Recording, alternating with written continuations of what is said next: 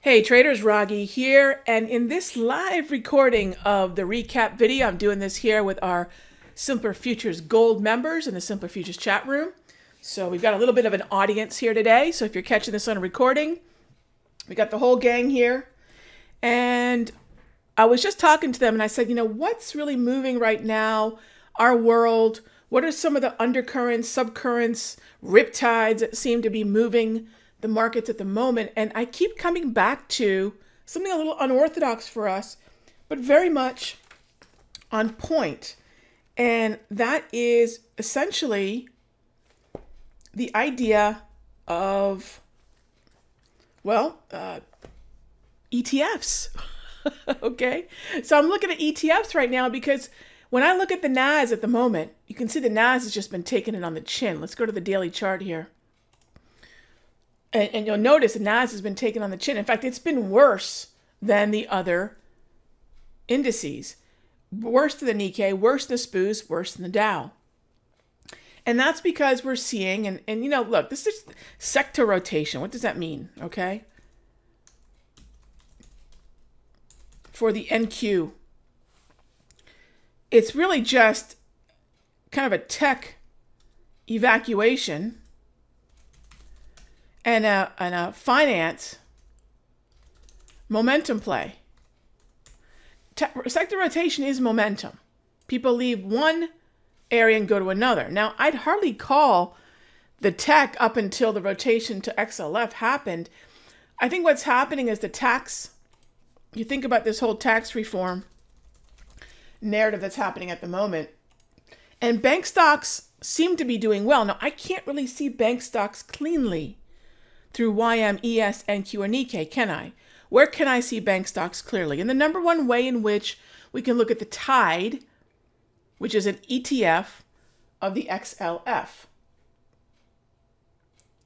And so when I look at an ETF of the XLF and I think about the holdings, now I get a better idea of what is benefiting from the tax reform narrative. And I do think this is a tax reform narrative. Bank stocks are benefiting from the reform, as are they also benefiting from what looks to be another sort of Yellen-esque chair. Jerome Powell is not that different than Janet Yellen. And I think traders are just expecting another 2 or 3 hikes next year. That's going to help for sure the bank stock. And they're just on fire.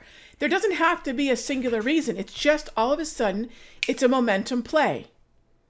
Okay? What's a momentum play? You know, we have ducks in our backyard, and we'll get from time to time, you know, because we're near the water, a whole bunch of birds will land, especially after a rain. And I bring this up because what happens is you spook one bird, they all go. You spook one duck, they all go. Well, it's kind of like that with momentum trading. And I know John has described that before, and I absolutely subscribe to that. He's 100% right. So when I look at the XLF and the way it's moving, and then I look at something like XLK or the QQQ. Now remember, QQQ is our NQ. It's just the ETF flavor of the Nasdaq. So what's benefiting while the tech is dropping? Consumer staples heading higher. How do I know that? It's really hard to see, I think, unless you look at the ETFs. That's why I think ETFs and futures really are a match made in heaven. You know, when people ask, what's your third favorite market? You know, Forex, futures, ETFs. In fact, I make my own, right? They're called motifs, and I make my own. I can do this fractional ownership across different names. You know, I did this across MasterCard, Visa, PayPal, and Square today. I looked at iPay today, right? I've been in and out of XLK. And these are very much conversations that go back to how we're trying to understand what's happening in these names. Now remember, the S&P is a funny little creature. It's somewhat like the Dow in its holdings, and it's also very much like the NAS. You take a look at the top 4 to 5 names on the S&P, you're thinking you're looking at the NAS for a minute. Then you start looking at the rest of the names, you're thinking, oh, it's kind of, well, I'm sort of behaving like the Dow. And therefore, the S&P gets tugged around by both. And some days it acts like it's big brother the Dow, and some days it acts like it's little brother Nas. But what we do know is there's so much tech in the S&P that if the Nasdaq does sell off enough, heck, it'll even start to drag YM down. Why? Because of that unique name called Apple. Top 10 name in the Dow, number 1 in the S&P, number 1 in the Nas. So you can see who's dragging who down with this big candle to the downside on the Nas. But if I'm trying to understand where it's going and where I can benefit, look no further than XLP. Look no further than XLF. These are just 2 examples. So does understanding ETFs help you become a better futures trader? Absolutely. I'll be keeping an eye on XLF. I think pulling back here does bode pretty well for our Nas. Therefore, it also bodes pretty well for the S&P finding a floor.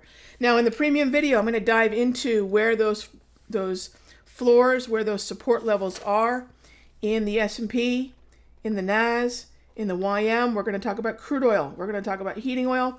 And then if you take a look at the economic calendar, you know that we've got some pretty big hot zones coming up in the Asian session with the New Zealand dollar, the Australian dollar, and generally speaking with that Caxton Services PMI, we can see how the Nikkei is going to be in play too. I'll see you in the next update.